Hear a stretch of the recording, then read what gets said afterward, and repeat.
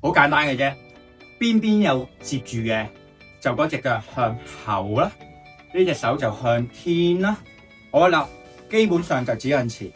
然之後，當你要呼氣嘅時候，哈，然之後吸氣，哈，吸氣，哈。當然，如果你想再做多少少嘅，呢隻手就打開，水平嘅，得唔得啊？哈，微笑，哈，你得嘅。如果你想激活自己嘅，就 OK 手，哈，哈。如果你想瞓覺嘅，就唔好開咁快咯，就點啊？無名指掂住。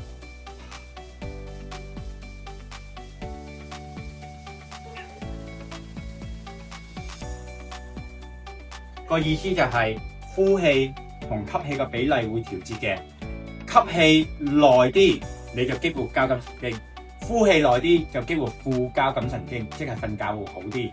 咁呢個就睇下你咩時間練啦。